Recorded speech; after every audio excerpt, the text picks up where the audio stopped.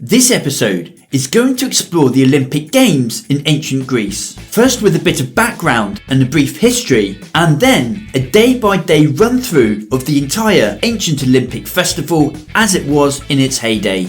So, let's start with its beginnings. Officially, the Olympic Games began in 776 BC with just one event, a sprint referred to as the stage, which was about 192 metres. As time went on, however, more and more events were added, and by the 470s BC, the Olympics had developed into a 5-day festival enjoyed by the entire Greek world.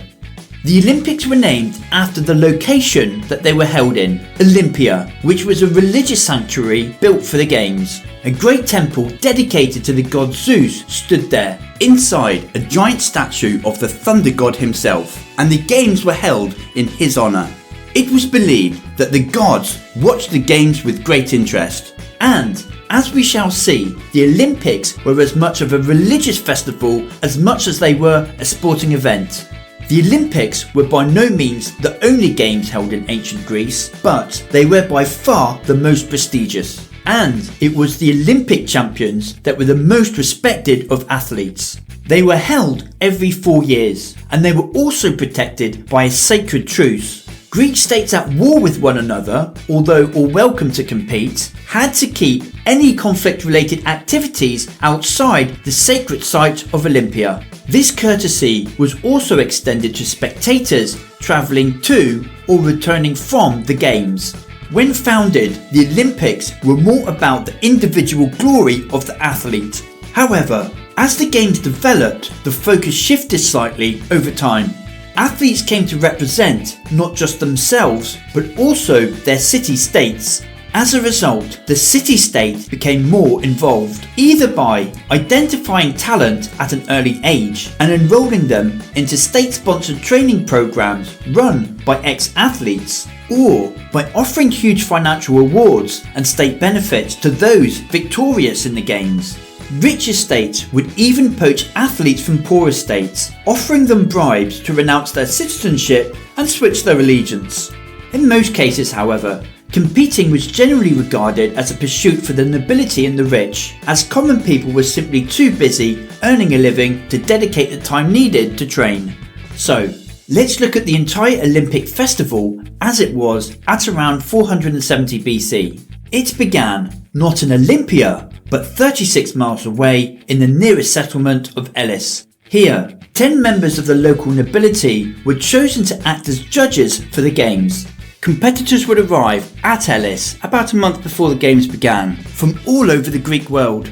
They would train here under the watchful eye of the judges. The number of competitors was so great that the judges would use this time to reduce the number of athletes competing. They did this by weeding out those that had no hope of winning, and by performing checks to confirm that the athletes met the criteria necessary.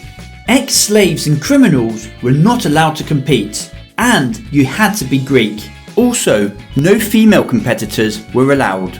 Athletes were also required to abstain from any sexual activity until after the Games. During the Games, the judges would even ask the crowds if anyone had had any sex with those competing before an event. When it was time, all the judges and all the competitors would form a procession and walk the 36 miles to Olympia, which took about 2 days. Once the procession arrived at Olympia, the festival began. According to sources, 40 to 50,000 spectators attended the Olympics, setting up makeshift camps in the surrounding countryside. And as far as we know, women were not allowed to attend. At this point, the judges and athletes would then swear sacred oaths not to cheat or accept bribes. Despite this, however, there is plenty of evidence that many were caught cheating and paid the penalties for doing so. The remainder of day one was taken up with sacrifices and other religious activities. So, day 2, and let the Games begin. First up was the horse and chariot racing. There was a 4-horse chariot race, a 2-horse chariot race, and a horseback race. The honour of victory went to the person that owned the horse and chariot, not necessarily the riders. As a result, the charioteers were more often than not slaves which had been trained specifically to ride them. Some owners did race themselves, but it was a rare occurrence. As it was the owner that claimed victory, there was no requirement for the owner to physically be at the games. Due to this, a Spartan princess called Caniska managed to enter and claim victory twice in 396 and 392 BC. And it was the case that horse and chariots were extremely expensive, so it was very much a wealthy person's sport. The horseback race would have been less expensive, however, even a good racing horse was still far from cheap. These events were the only ones where the athletes competed with their clothes on. All the other events, the athletes competed nude, including the next event on day 2, the pentathlon. The pentathlon was really 5 different sports rolled into one event to test strength and endurance, and probably worked on a best of 5 basis. First, there was the long jump. This was a running jump, and the athletes would hold weights in each hand. The weight would help gain momentum for a further jump. Then the discus, which was basically a standing throw with a twist of the body. After that, the javelin. A leather strap would be wrapped around the javelin, as well as the 2 fingers of the throwing hand, in order to give added momentum to the javelin and allow a further throw. Next was wrestling. The aim was to force your opponent's hip, shoulder or back on the ground 3 times. And last but not least, there was a running event, the distance of which was about 1.2 kilometers.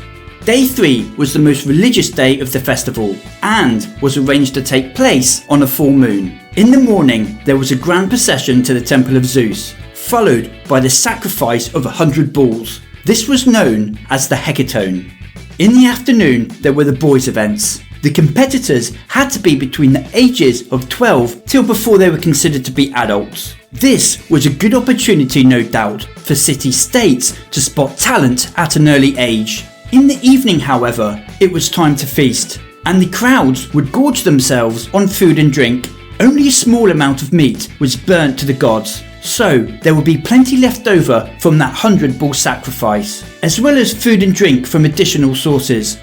Day 4 began with the running events. First, the stade. Again, this was a sprint of about 192 metres.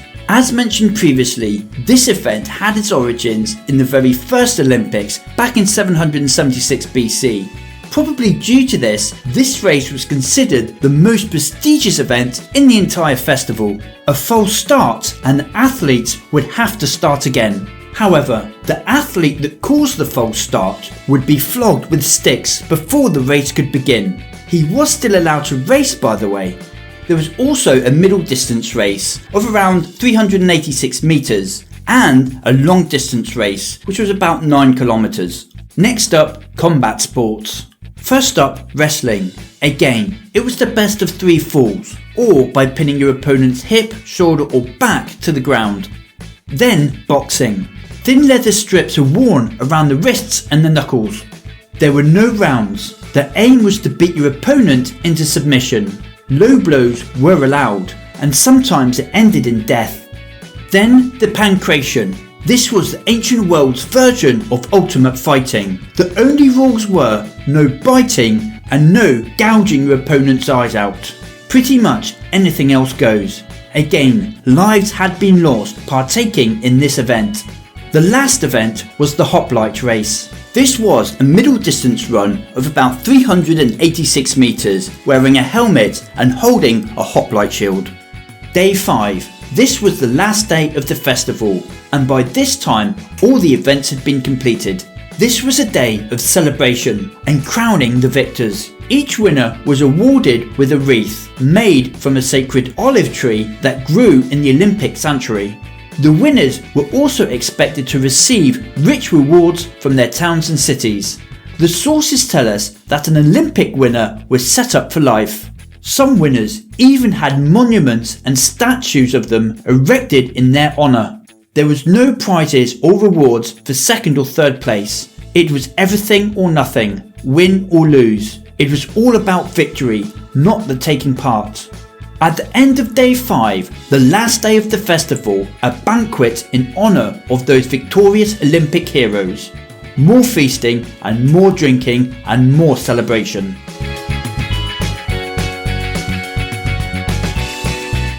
Thank you for watching, and if you like my content, don't forget to like, share, comment and subscribe.